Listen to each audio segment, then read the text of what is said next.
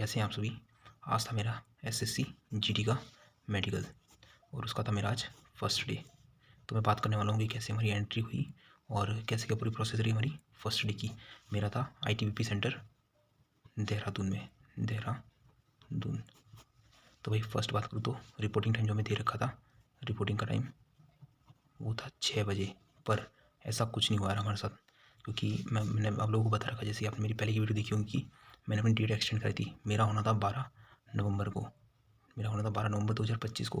पर इस दिन मैंने डेट को एक्सटेंड करवाया और मेरी जो नई डेट दी थी मुझे, वो थी मेरी 25 नवंबर 2025 को। ये वाली मेरी डेट थी जो कि आज है।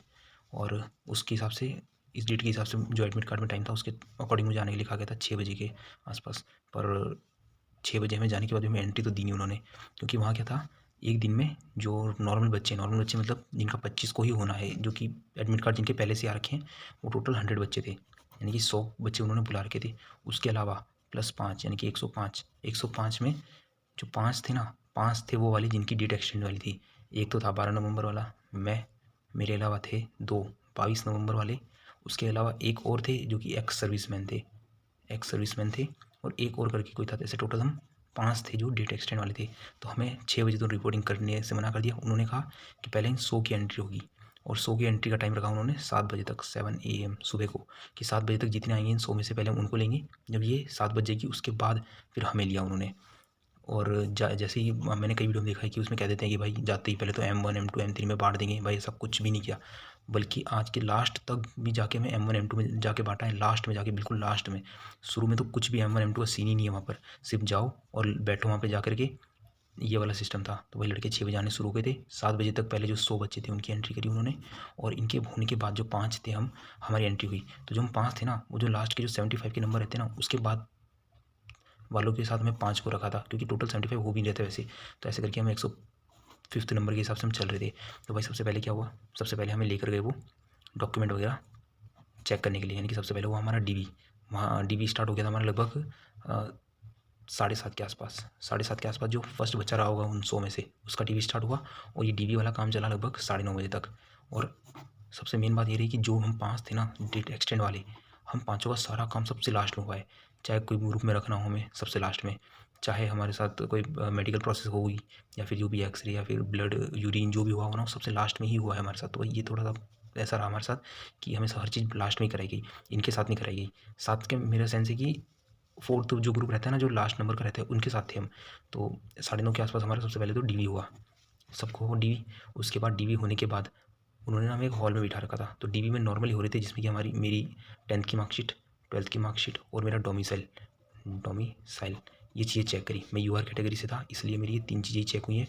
और वहाँ से हमें फॉर्म देते हैं, वो उस फॉर्म को फिल किया, और वहाँ का एक एडमिट कार्ड ही रहता है, उस एडमिट कार्ड को फिल किया, और जिसमें हमारा लेफ्ट थंब वगैरह लगा, और ये सारे काम उन्होंने करवाए।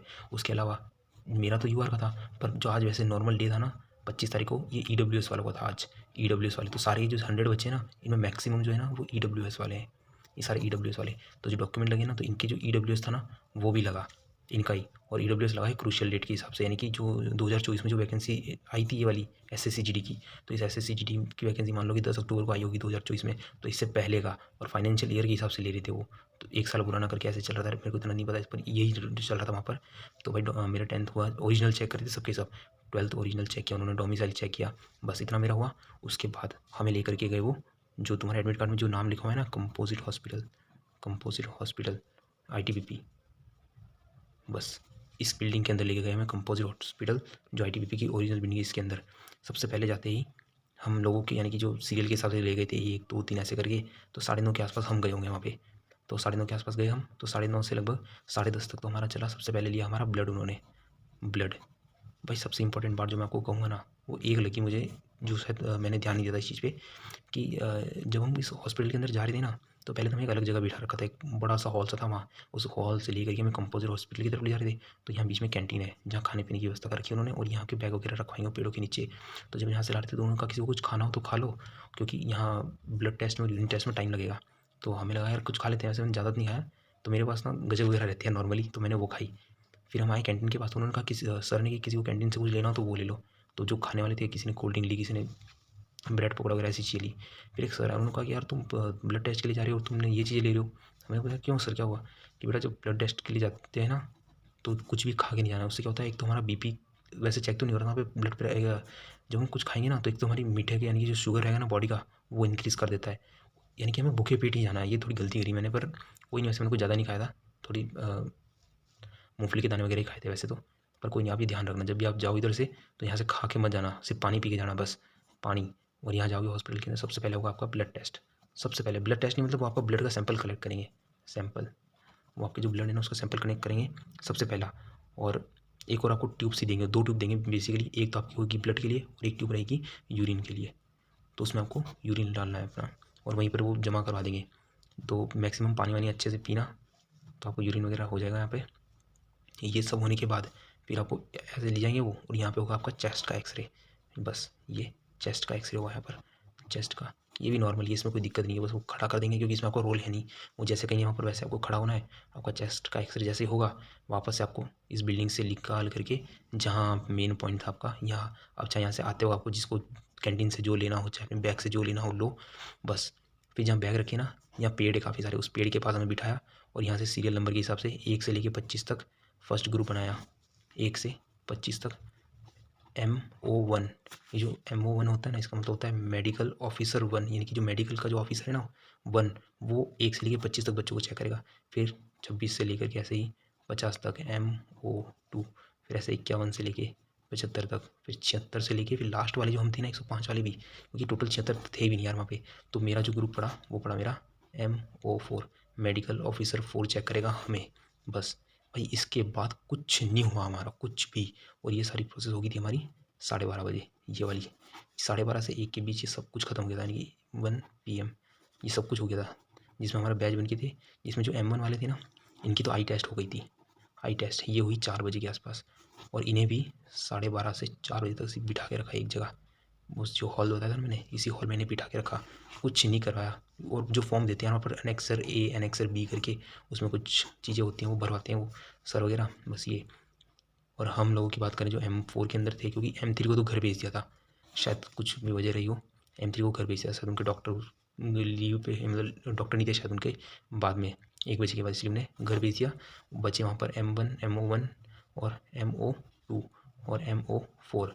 तो भाई इन M1 वाले जो थे ना MO1, इनका तो हुआ आई टेस्ट, और इनके साथ में बॉडी मार्क चेक किया। Body mark in the sense कि आपकी आइडेंटिफिकेशन मार्क होते हैं ना, 2, कोई भी 2 वो चेक किए। इनकी नौकनी और जो फ्लैट फुट है, कैरी एंगल, और साथ में इनका दांत, इनकी जो कितनी है।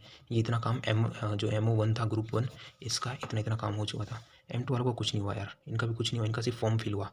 जो फॉर्म भरवाते हैं ना, एक और भरवाया, यानी कि जो फर्स्ट में तो प्रोसेस मैंने DV की बताई वो अलग फॉर्म है, यहाँ जो मेडिकल वाले फॉर्म है वो अलग है। और मैं था M4 वाले में, तो भाई M4 वाले का तो कुछ नहीं किया है उन्होंने, सिर्फ हमारा ब्लड टेस्ट हो चुका है।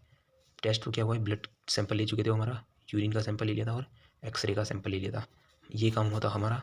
और लगभग 5 बजे छोड़ा फिर हमें घर, यानी कि 12:30 से 5 बजे तक हमें बिठा के रखा, कुछ नहीं किया M4 वालों का तो। और लगभग ये खेलो M2 वालों को, चलो M1 वालों का आई टेस्ट हुआ एक तो, और एक इनका तिथ और बॉडी वगैरह थोड़ी बहुत चेक वगैरह हुई। अब कल नंबर है हमारा, अब देखते हैं कल क्या होता है।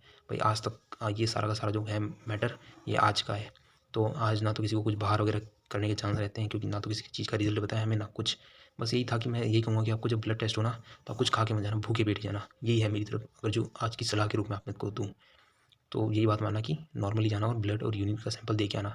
वैसे कोई दिक्कत नहीं होगी किसी को भी, पर रिस्क क्यों लेना किसी चीज़ का, अगर जो मैं आपको बता सकता हूँ कि ये करने से आप शायद बच जाएँ, तो भाई इस चीज़ का ध्यान देना। बस 5 बजे के बाद आपकी वापस से गेट पर जो आउट वाली एंट्री होती है वो कराई, सिग्नेचर वगैरह, और 5 बजे के बाद हमें घर भेज दिया।